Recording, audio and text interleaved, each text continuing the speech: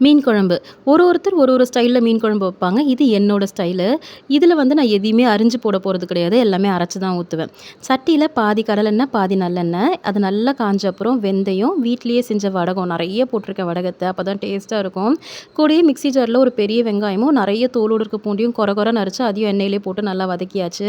இது வதங்குற கேப்ல கொஞ்சமா கருவேப்பிலையும் போட்டு வதக்கியிருக்கேன்.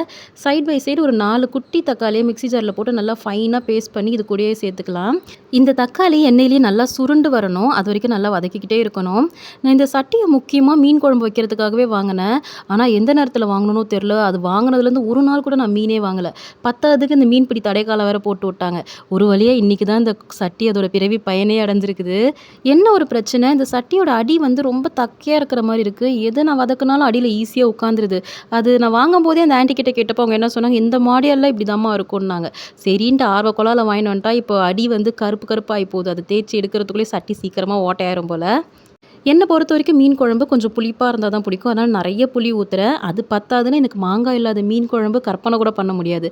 நெறைய மாங்காய் போட்டிருக்கிறேன்.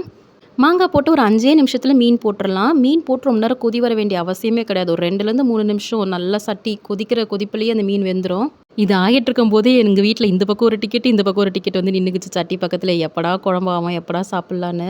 அவ்ளோ வாசனையா இருந்தது. ஒரு 3 நிமிஷத்துல மீன் குழம்பு மேல நெறைய கொத்தமல்லி போட்டு ஆஃப் பண்ணிட்டோம்னாலே நல்லா தரமா ரெடி ஆயிடும் மீன் குழம்பு.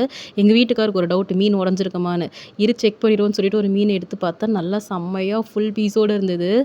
சில பேர் சொல்லுவாங்க, "ஐயய்யோ! நெறைய எண்ணெய் இருக்கு. இதெல்லாம் சாப்பிடவே கூடாதுன்ட்டு." ஆனா என்ன பொறுத்தவரைக்கும் பர்சனலா நான் வெஜிடேரியன்ல கொஞ்சம் எண்ணெய் தூக்கலா இருந்தா தான் சாப்பிடுறதுக்கே நல்லாருக்கும். மீன் குழம்போட கோல்டன் ரூல் இன்னைய விட நாளைக்கு வச்சு சாப்பிட்டோம்னு வச்சுக்கோங்களேன், அடா அடா அடா எப்படி இருக்கும் தெரியுமா? வச்சு பாருங்க தெரியும்.